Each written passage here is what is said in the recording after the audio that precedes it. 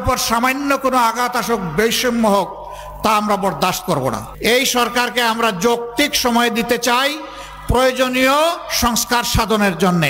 গণহত্যার বিচার আমরা চাই। তারা জীবন দিয়েছে একটা বৈষম্যহীন বাংলাদেশ দেখতে। তাড়াহুড়া করে আমরা নিজেরাও ক্ষমতায় যেতে চাই না, কেউ তাড়াহুড়া করে ক্ষমতায় যাক সেটাও আমরা চাই না।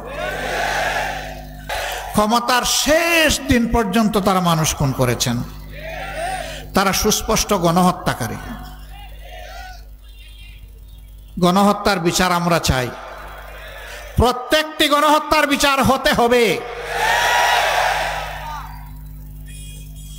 আমরা সরকারকে বলি, অগ্রাধিকারের ভিত্তিতে গণহত্যাকারীদের বিচার করুন। শহীদদের আত্মা শান্তি পাবে, আহতরা একটু শান্তি খুঁজে পাবে, 18 কোটি মজলুম মানুষ খুশি হবে। তবে হ্যাঁ, সমাজে আরো অনেকগুলা গুরুত্বপূর্ণ কাজ আছে, সেটাও করতে হবে। আমার ভাই রফিকুল ইসলাম খান বলেছেন,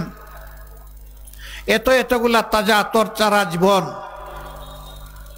1500 থেকে 2000 তারা খুন করলেন 1 মাসের ভিতরে। তারা জীবন দেয় নাই যেন তেন ভাবে আমরা কেউ গিয়ে ক্ষমতায় বসে যাব। এই জন্য তারা জীবন দিয়েছে একটা বৈষম্যহীন বাংলাদেশ দেখতে, একটা মানবিক বাংলাদেশ তারা দেখতে চায়, একটা করাপশন ফ্রি দুর্নীতিমুক্ত বাংলাদেশ দেখতে চায়।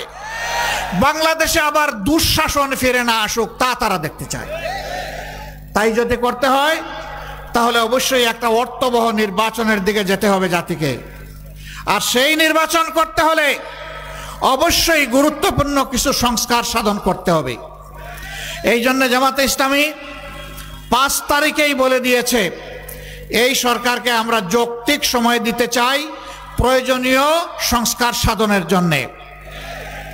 তাড়াহুড়া করে আমরা নিজেরাও ক্ষমতায় যেতে চাই না, কেউ তাড়াহুড়া করে ক্ষমতায় যাক সেটাও আমরা চাই না। ধর্মের কারণে কারো উপর সামান্য কোনো আঘাত আসুক, বৈষম্য হোক, তা আমরা বরদাস্ত করব না। আল্লাহ আমাদেরকে সৃষ্টি করেছেন, সেই আল্লাহর দেওয়া আইনেই আমাদের সকলের জন্য উত্তম সমাধান রয়েছেন। সেই সমাধানের দিকে আমরা যেতে চাই। আপনারাও আমাদের সঙ্গে হন। যারা রাজি হবেন তাদের বলবেন, আপনাদের একটুখানি ভালোবাসা চাই, একটু সমর্থন চাই, একটু সহযোগিতা চাই, আপনাদেরকে পাশে চাই, আপনাদের বুকের বিছানায় আমাদের জন্য একটু জায়গা চাই। আপনারা পারবেন তো এই দাওয়াত নিয়ে পৌঁছতে? কোরআনের এই দাওয়াত নিয়ে পৌঁছতে পারবেন? আল্লাহ রাব্বুল আলামিন আপনাদের সকলকে উত্তম হায়াত দান করুন, সুস্বাস্থ্য দান করুন। এই জেলার উপর আল্লাহ তাআলা রহমত নাজিল করুন। আল্লাহ তাআলা শান্তির ফয়সালা দেশবাসীর উপর দান করুন। আগামীতে একটা মানবিক বাংলাদেশ মিলেমিশে হাতে হাত মিলিয়ে, কাঁধে কাঁধ মিলিয়ে গঠন করার তৌফিক আল্লাহ তাআলা আমাদের দান করুন।